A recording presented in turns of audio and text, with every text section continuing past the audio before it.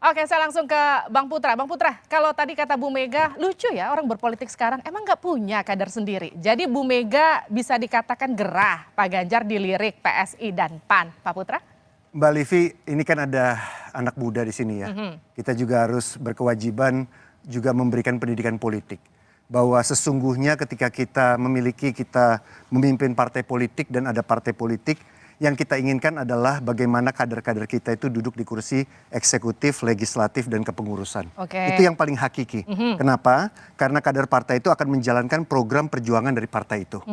Coba dibayangkan kalau tiba-tiba kita mencaplok partai lain, kader lain, gitu kan ya. Mungkinkah dia bisa menjalankan atau mengikuti program kerja dari partai yang lain itu? Gitu. Nah, jadi sebenarnya Ibu Mega itu mau mengajak. Karena Ibu Mega saat ini juga salah satu senior dalam partai politik, ketua umum sejak tahun 1993, mengajak kepada kita semuanya untuk pede, percaya diri dalam mencalonkan kader-kader sendiri, ya, percaya diri dengan program perjuangan partainya masing-masing. Nah ini yang menurut saya adalah semacam pendidikan politik, terutama buat generasi XYZ yang 60% nanti akan memilih kita. Ya, bagaimana bahwa ini tidak semuanya urusan elektoral, Mbak Livi. Ya, jadi elektoralitas itu jangan dihalalkan, gitu ya.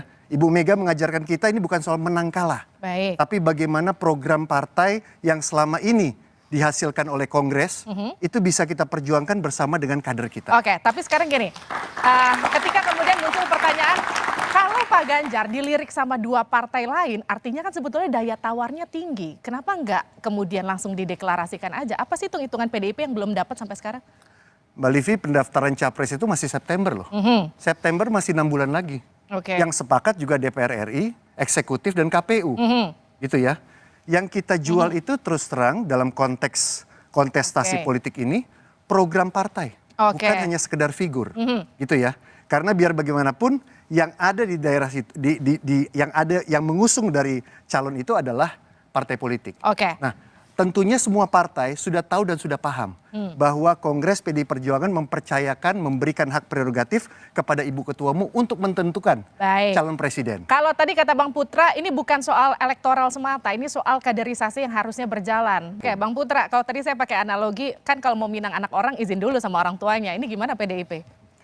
Terus terang, semua rekan-rekan kita, mitra kita di partai politik sudah mengetahui bahwa Kongres terbuka sudah menyatakan bahwa itu adalah hak prerogatif dari Ketua Umum.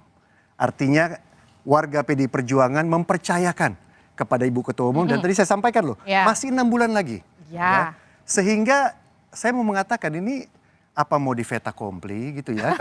Ya.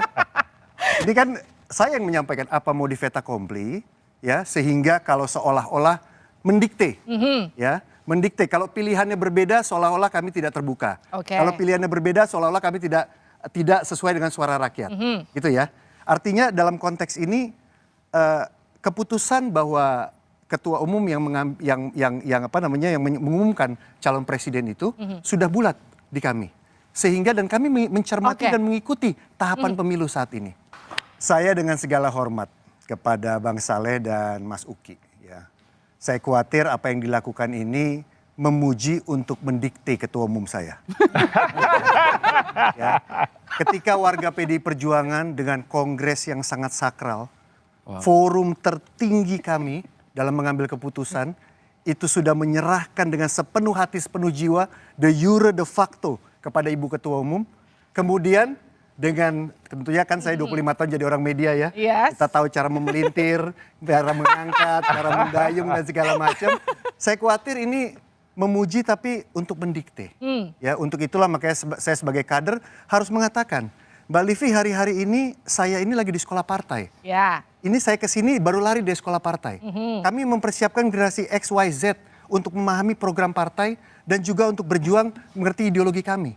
Saya yakin nama-nama yang disebut tadi oleh kita semuanya, 20 tahun yang lalu mereka ada di sekolah partai. Mereka melakukan kaderisasi. Mereka menjalankan itu semua. Termasuk sekarang pimpinan-pimpinan yang ada di DPP, yang ada di DPR, dan yang ada di kementerian dan Bapak Presiden sekalipun. Jadi artinya apa? Kami meyakini bahwa yang kami siapkan adalah seorang kader. Nah, kader itu siapa nantinya? Ya, saya minta etika kita kedepankan dong. Ini yang saya juga bingung ya. Kemarin minta maaf gitu ya. Terus sekarang memuji tapi mau mendikte. Wah. Gitu. Ya, ini sekali lagi ini masalah etika. Ya, siapa yang tidak tahu bahwa itu adalah hak prerogatif ketua umum kami. Oke. Gitu ya. Dan Mas Ganjar, Pak Sekjen, dan pimpinan partai yang ada di semuanya yang disebut kredibel dan lain sebagainya sebagai calon presiden itu adalah lahir dari proses kaderisasi. Baik. Bahkan 20 tahun yang lalu. Mbak Livi, saya mau ceritakan. Pilkada kemarin kita mengajukan beberapa calon wakil kepala daerah yang bukan dari PDI Perjuangan. Oke. Mereka ikut sekolah partai. Sekolah partai kami. Artinya supaya mereka bisa menginternalisasi program perjuangan PDI Perjuangan. Saya nggak bisa bayangkan kalau ada partai lain mencalonkan, misalnya mencalonkan kader kami, tapi tidak bisa menginternalisasi dan setuju dengan program perjuangan kami, itu apa jadinya? Nah, ini kan menurut saya nggak semudah itu. Artinya makanya tadi Pak Sekjen mengatakan kadernya dimajuin dong. Kan kalian punya program sendiri, ya, dan kalian melakukan kaderisasi sendiri. Percaya diri mengajukan kader tadi. Ya, ini yang kita mendorong supaya partai-partai juga lebih percaya diri mencalonkan kadernya masing-masing. Saya sudah dihitung tadi udah 3 kali. Biar bagaimanapun kita membutuhkan Bang Daulay, Mas Uki, Bang Andre, dan kami untuk tetap bekerja untuk rakyat di hari-hari ke depan. Oke. Mbak Livi, mohon maaf saya nggak mau terpancing terkait dengan apa yang disampaikan Pak Umam. Ya. Saya ini, tunggu dulu, saya cuma minta 30 kan. Oke. 24 jam yang lalu Ibu Ketua Umum dalam pertemuan tertutup kembali mengingatkan kami untuk turun ke bawah. Bersama dengan rakyat. Karena apa yang menjadi topik 2 arah ini adalah domainnya Ketua Umum kami. Baik. Jadi kami setelah ini saya harus kembali ke sekolah partai. Sekolah partai baru tutup setengah 12 malam nanti. Langsung kerja. Bentar dulu, saya minta waktu sebentar. Gimana? Saya minta waktu sebentar. Silakan. Mas Umam, tadi saya mau koreksi tentang kegamangan dari Ketua Umum. Mas, tahun 96 ketika kantor kami diserang oleh Orde Baru, oleh kekuasaan, Ibu tidak gamang.